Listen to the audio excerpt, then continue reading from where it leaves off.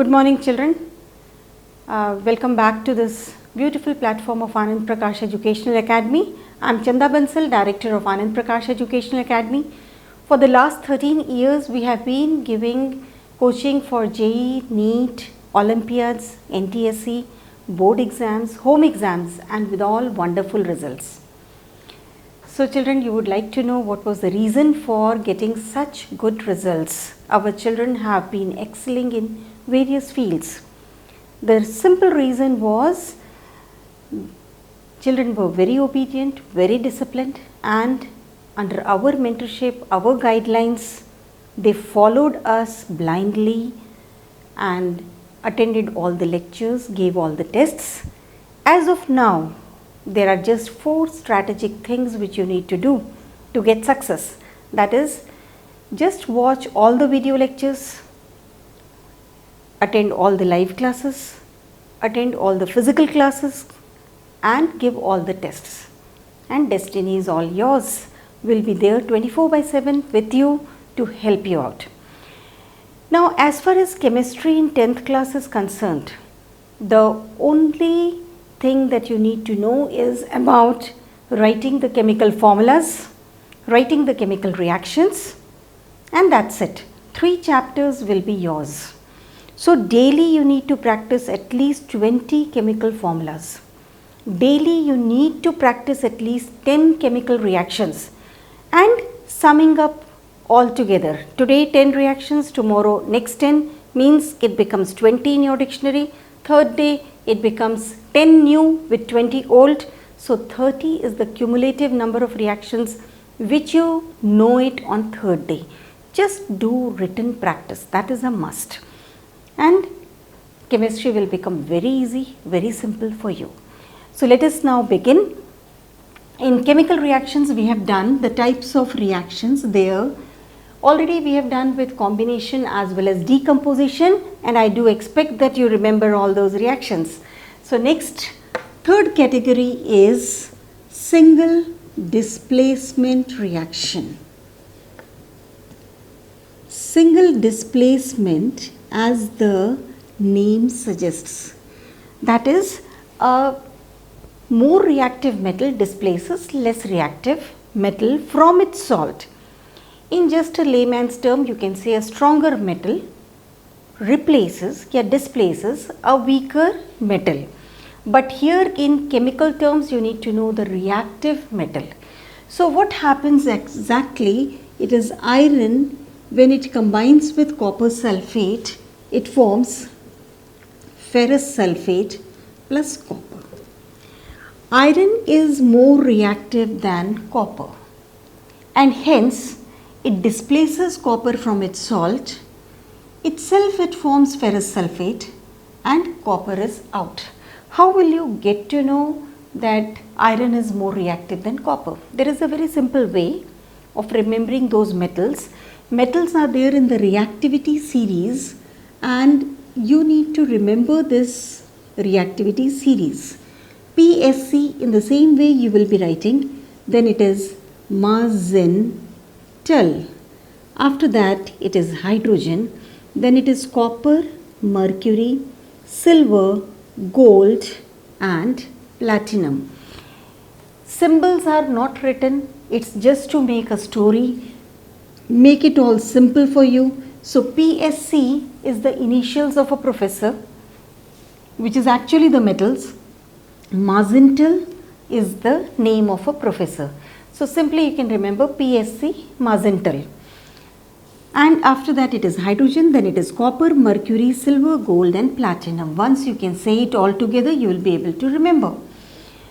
This one is potassium, sodium, this is calcium, this is magnesium, aluminium, this one is zinc, this is iron, this is nickel, this is tin and this one is lead. Copper already symbol is there. This is mercury, this one is silver, this one is gold and this one is platinum. So this is as it is.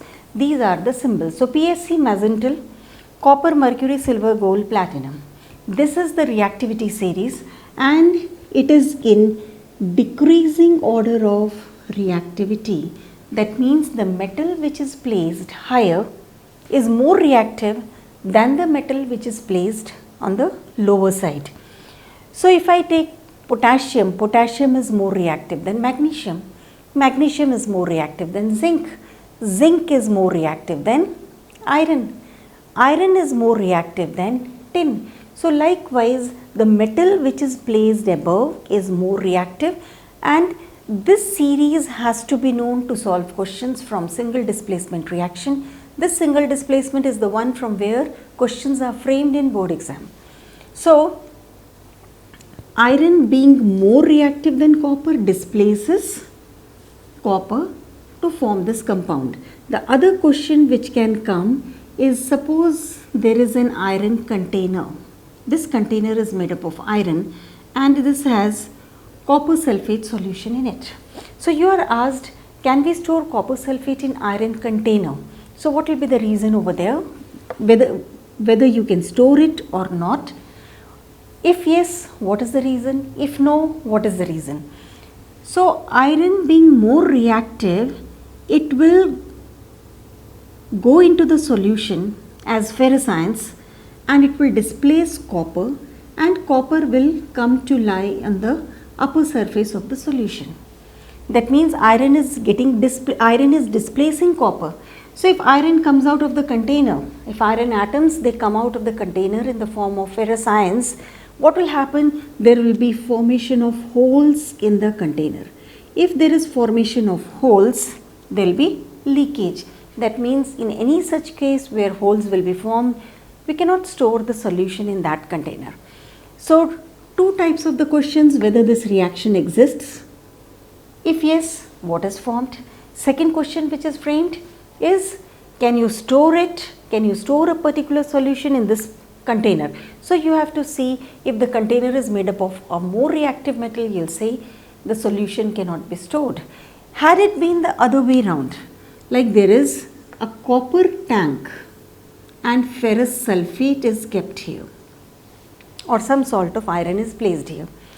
So copper being less reactive, it will not be able to displace iron. That means there will be no formation of holes. If there is no formation of holes, easily this solution can be stored.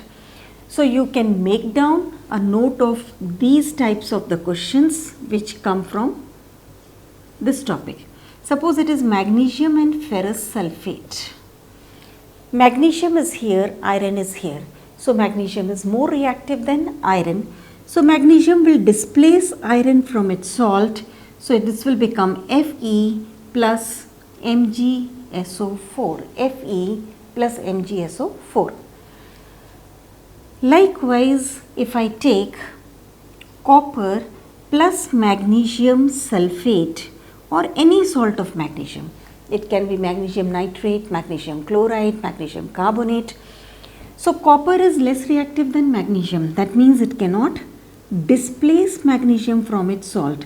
So this will be copper sulfate plus magnesium will not be formed. Expected is that it will form copper sulfate plus magnesium, but this will not be formed because copper is less reactive than magnesium. So you will say there will be no reaction. So three types of the questions. One is whether the reaction takes place or not. You will be given a less reactive metal. So you will say the reaction does not take place, or a particular solution, can it be stored in the container. And fourth type of the question is, you are given a reaction, you are asked to identify the type of that reaction. So you need to know whether it is a single displacement, whether it is a combination, whether it is a decomposition reaction. After the single displacement, next type of the reaction is double displacement reaction. In this double displacement reaction, there will be two types of the salts and two types of the salts. So there is nothing like reactivity series. The ions of both the salts will be in the free state and they can easily displace one ion from another ion. Like how this happens, let us take up ferrous sulfate and it combines with cupric chloride. So ferrous sulfate is also in the form of its solution, means ferrous ions and sulfate ions are separate.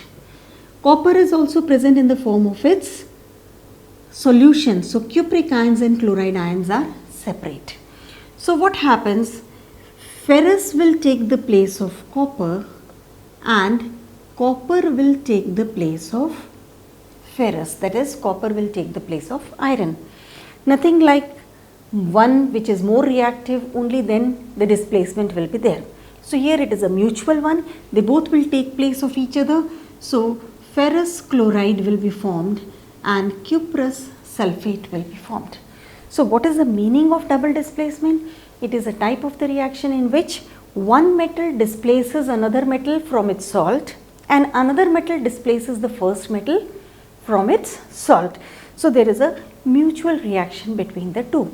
Again, when two types of the salts are there, you have to say that here which type of reaction is operating. It is a double displacement reaction. Last category in the type of reaction is redox.